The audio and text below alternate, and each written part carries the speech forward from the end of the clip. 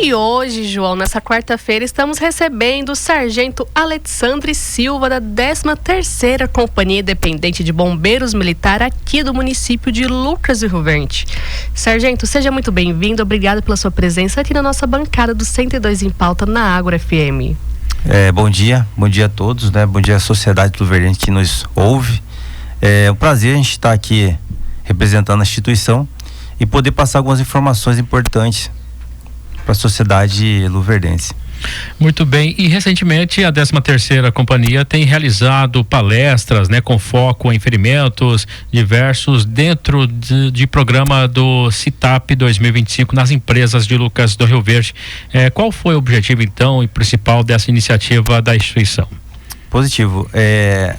A CIPAT, que é a Semana Interna de Prevenção ao Acidente, ela já é habitual nas empresas, né? A gente aproveita esse período em que todos os funcionários estão reunidos num único ponto, já tem um planejamento da empresa para não atrapalhar o andamento normal da empresa, né, o fluxo de trabalho, e nós como instituição, a gente faz essa rodada em várias empresas do município, não só empresa privada, como também empresa pública, por exemplo, Secretaria de Educação já teve algumas instruções voltadas para instruções práticas, por exemplo, Primeiros Socorros, né? Primeiros Socorros é uma área abrangente do APH que abarca muitas situações. Então, o nosso foco primeiramente é a parte de hemorragias, pequenos acidentes domésticos, né? E o que a população, o funcionário pode estar fazendo como aquela primeira resposta. É sabido que a primeira resposta, muitas vezes, é a que salva a pessoa, porque ela vai ofertar uma possibilidade da equipe chegar depois, no segundo momento, e dar uma continuidade. Por isso, a instituição ela está reforçando nesse primeiro semestre esse tipo de trabalho. E como as empresas interessadas podem estar acionando então a corporação para essas palestras? Positivo, é o trâmite habitual, né? Sempre por meio oficial, via ofício. Nós temos o e-mail da companhia já bem difundido. As empresas geralmente que solicitam são empresas que já tiveram esse trabalho, porque a Semana Interna de Prevenção, seja ela em qualquer repartição pública, hospital, prefeitura, secretaria, outras empresas que abarcam o município de Lucas, que são muitas, é o mesmo caminho de sempre, né? É uma semana que todo ano faz parte da legislação de segurança do trabalho. É via ofício para a companhia, e a companhia, a parte administrativa, vai fazer o planejamento de qual equipe ir naquele dia para ofertar a palestra. E, Sargento, a gente estava conversando aqui nos bastidores, antes de entrar ao vivo com você, sobre a questão de ocorrências aqui no município, tanto que ele está de alerta aqui, viu, gente? Qualquer momento pode ter que se ausentar. E de quais estão sendo as principais ocorrências, então, pelo Corpo de Bombeiros aqui no município, e de que maneira o trabalho da corporação vem garantindo agilidade e eficácia no atendimento dessas ocorrências? Positivo. A ocorrência 01, que é a ocorrência que a gente mais trabalha para a gente reduzir, envolve acidente de moto, né? Na nossa categoria lá do quartel é gênero de acidente de trânsito voltado para motociclista. Esse é o 01. Esse é o nosso trabalho maior de prioridade para a gente poder ter mais eficiência no nosso atendimento como instituição. É um acidente, só para a população luverdense entender a dimensão macro, somente em 2024 nós atendemos mais de 570 acidentes voltados somente para motocicleta.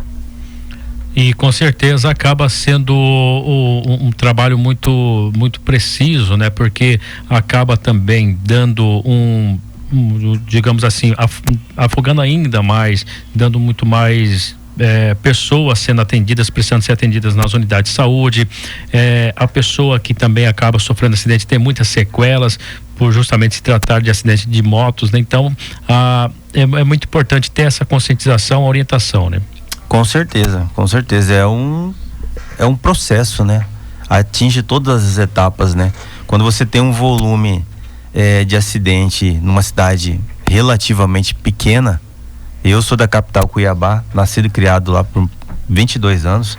Quando eu vim para cá em 2011, eu tinha 22 anos lá na capital. Lucas do Rio Verde é uma cidade pequena. Já naquela época, em 2011, nós já tínhamos muito acidente de moto. Relativamente para uma cidade pequena, é muito alto. 570 acidentes para uma cidade como Lucas, que você vai ter um raio de perímetro urbano de no máximo 9 quilômetros, é muito alto. Então, nosso trabalho da corporação é desenvolver programas, convênios e evoluir nesse sentido de poder ofertar mais atendimento, mais ambulância, mais efetivo para esse setor que é a maior demanda de Lucas hoje. E a gente sabe que, infelizmente, nem todos os acidentes as pessoas acabam sobrevivendo. Tem muitos casos de óbitos nesses números que o senhor comentou. E muitas dessas ocorrências poderiam, claro, ser evitadas com medidas simples, às vezes, de prevenção, de cuidado. Quais são as orientações, não só que o senhor, mas toda a corporativa repassa para a população nesse sentido? Sim, com certeza, né? Primeiramente, a questão da legislação.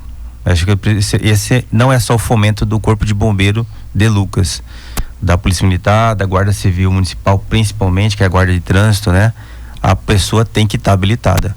Muitos acidentes envolvendo motocicleta que nós atendemos, muitas vezes a pessoa nem CNH ela tem, ou seja, ela está cometendo um crime de trânsito de estar ali naquele momento, porque ela nem deveria estar dirigindo aquele veículo. Esse é o primeiro ponto, atender a legislação. O segundo ponto, se atentar aos horários de maior acidente. Os horários definidos pela estatística nossa é o horário agora das 7 horas, o horário das 13h30 e final da tarde às 17 horas. Se você colocar num gráfico matemático, você vê claramente isso é fato, e é o horário que a gente tenta às vezes fazer uma prevenção já com a ambulância em alguns pontos específicos, já deixar as equipes em que esse horário é o horário que entra a ocorrência com maior frequência, então a equipe já fica mais atenta e a população também tem que pensar nesse sentido. Então, se você mora na parte inversa da cidade, no final da cidade, e você trabalha no outro ponto e você vai ter que passar por esse horário das 7 horas, que é o horário de serviço, tenta sair um pouco antes, meia hora antes, faz muita diferença. Você vai pegar um fluxo de trânsito menor, você vai pegar um congestionamento menor, você vai se estressar menos e com certeza isso vai te dar muito mais segurança. E nesse fim de semana a gente observou vários acidentes de trânsito envolvendo motocicletas. Também tem a questão da embriaguez ao volante, principalmente nos fins de semana, e a alta velocidade são fatores que contribuem para essas estatísticas, infelizmente, sargento. Com certeza. E esses pontos que o senhor citou são fatores também muito importantes nessa estatística alta, né? Então nós temos o excesso de velocidade, desabilitação, embriaguez ao volante, né? E outros fatores externos, por exemplo, que é mais raro, questão da via, um óleo na pista, que pode ocasionar um acidente, principalmente quando envolve motociclista, mas são fatores que fogem um pouco da nossa possibilidade de poder ajudar nesse sentido, né? O que a gente orienta a população se, por exemplo, o horário de pico é um horário de grande congestionamento, tenta sair um pouquinho mais cedo, 30 minutos antes faz muita diferença. Você conseguir sair 6h30 ou você conseguir sair depois é mais difícil, porque você tem um horário para pontuar no seu serviço.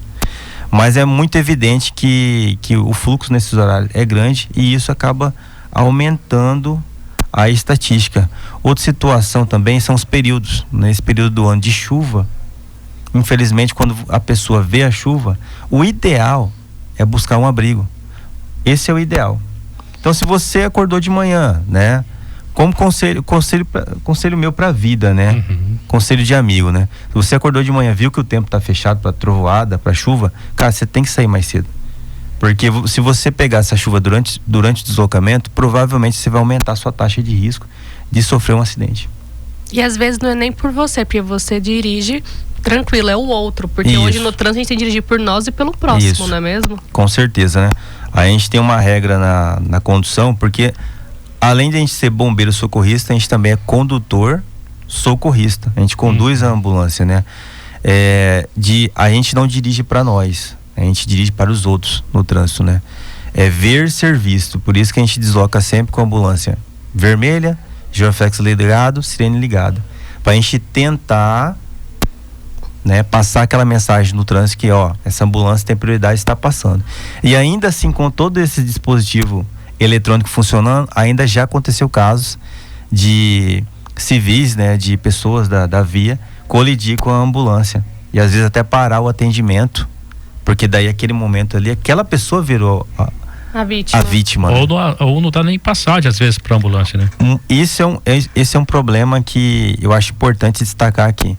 Nós temos hoje uma dificuldade muito grande para uma cidade pequena que tem vias largas, uma cidade que foi planejada, né? Eu posso falar que eu sou da capital. A capital já é mais difícil você ter um planejamento, porque a cidade ela já é mais antiga. Mas Lucas, que teve um planejamento na prancheta, avenidas largas, para grande fluxo, nós temos uma dificuldade muito grande para avançar em Código 3, por exemplo, com a nossa ambulância.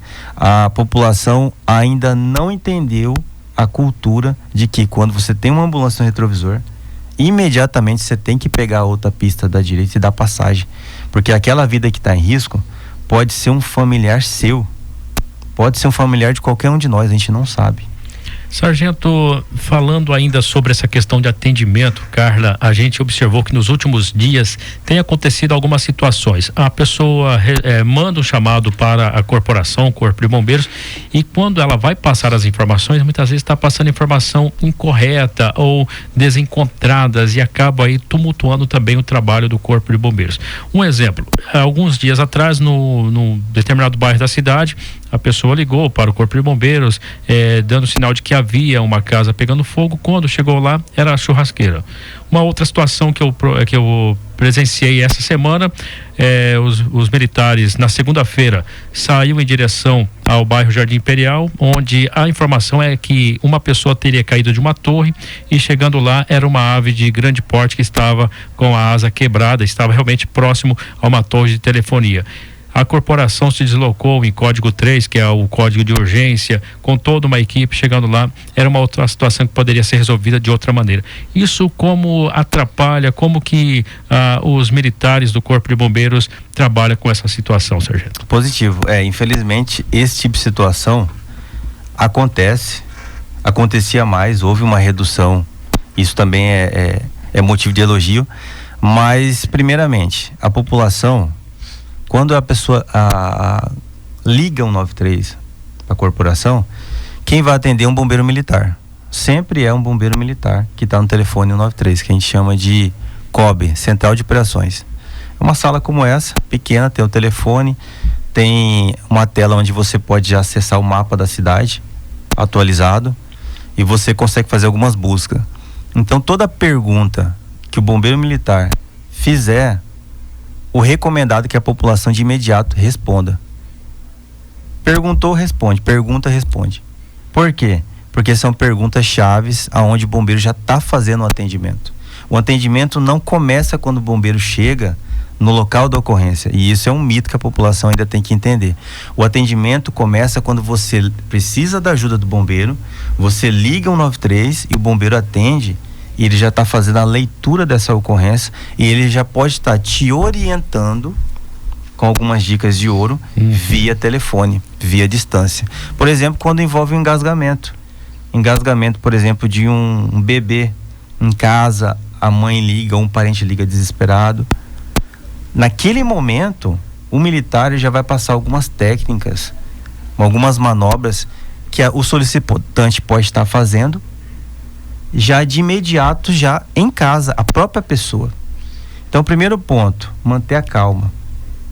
Se você não consegue manter a calma, passa o telefone para uma outra pessoa que está mais calma que você. O desespero às vezes atrapalha muito. Atrapalha muito, porque quando a pessoa liga com o desespero para nós, 193, ela não narra a ocorrência, ela narra a emoção que ela está sentindo.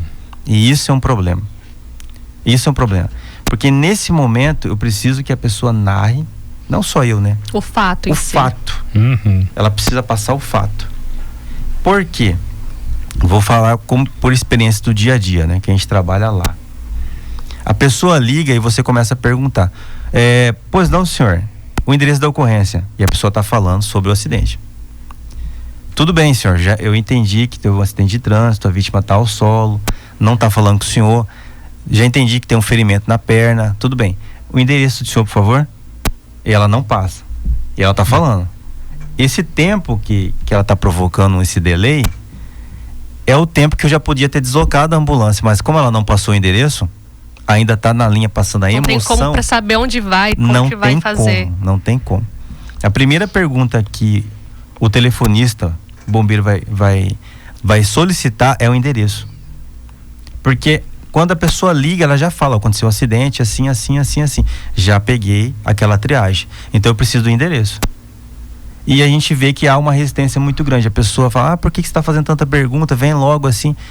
Calma, mantenha calma. As perguntas que estão sendo feitas, a população luverdense pode acreditar. São perguntas importantes, perguntas de ouros. Por quê? A pessoa está passando a narração do fato. A partir daquele momento que o bombeiro está fazendo a triagem, ele já vai fazer a leitura. Precisa de uma ambulância? Precisa encaminhar 2 ambulâncias? Tem vazamento de combustível do veículo que acidentou? Talvez eu vou precisar mandar um caminhão para já fazer o combate. Teve princípio de incêndio? Já vou ter que mandar efetivamente o caminhão. Já não é mais uma ambulância. Já é uma ocorrência que precisa de um trem de socorro. Uma outra equipe, outro formato. Uma outra equipe. Então perceba que durante a triagem, o militar já vai reunindo os fatos, montando o quebra-cabeça daquela cena, porque nós não estamos lá. Nós temos que ouvir, deduzir, criar imagens sobre aquele fato, sobre aquela ocorrência que está em andamento, que a pessoa muitas vezes nem percebeu que precisa de um caminhão de incêndio. Por isso que tem que manter a calma. Se você não consegue manter a calma, que é uma situação que é difícil para quem não está habituado, passe o telefone para uma outra pessoa que está mais calma. Passe o telefone para alguém que pode nos ajudar melhor. Com certeza isso vai ser uma atitude mais efetiva. Muito bem, Carla e Sargento Alexander, infelizmente nosso horário já está findando. São muitas informações importantes, pertinentes da corporação do Corpo de Bombeiros, mas nós teremos outras oportunidades para falarmos sobre incêndios florestais, que estamos agora já começando o período da seca, que tem também outras situações como afogamento e muito mais. Nós deixamos os microfones à disposição, vamos marcar um outro momento para continuarmos a nossa conversa e informações importantes para a população. Muito obrigado, Sargento. Com certeza. A população luverdense pode contar com a 13ª CIBM. Outras oportunidades a gente pode estar marcando sem problema nenhum. Principalmente se eu tiver de serviço, venho aqui na saída, sem problema nenhum. Vai ter outras situações que realmente tem que se expor para a sociedade, como a temporada de incêndio florestal que a gente viveu ano passado. Uma situação um pouco atípica. Houve um aumento de incêndio florestal. Houve uma redução em alguns pontos da cidade, mas a nível regional aqui a gente teve grandes incêndios que poderiam ter sido evitados com situações simples, né? A gente vai ter a temporada de inscrição da nossa Brigada Municipal Mista, que é uma equipe que a gente forma da população luverdense, são civis que são capacitados pela corporação. Eu sou um dos instrutores que vai estar à frente e a gente capacita essas pessoas para trabalhar com a gente lá no quartel, em viatura própria, para ofertar a primeira resposta quando envolve incêndios pequenos dentro da cidade, né? Já é um convênio que vem funcionando com a prefeitura já há 3 anos e esse ano haverá também. A gente pode estar vindo depois. Sem dúvidas, um assunto muito importante para a população, viu? Com certeza. 102 em pauta. Patrocínio Agrobágio, a sua concessionária John Deere. Novo Tempo, juntos para o novo por você. Fórmula Caminhões, a escolha certa para os apaixonados por caminhões. E Fertigrio, distribuidora de produtos agrícolas e consultoria técnica, uma parceria que dá certo.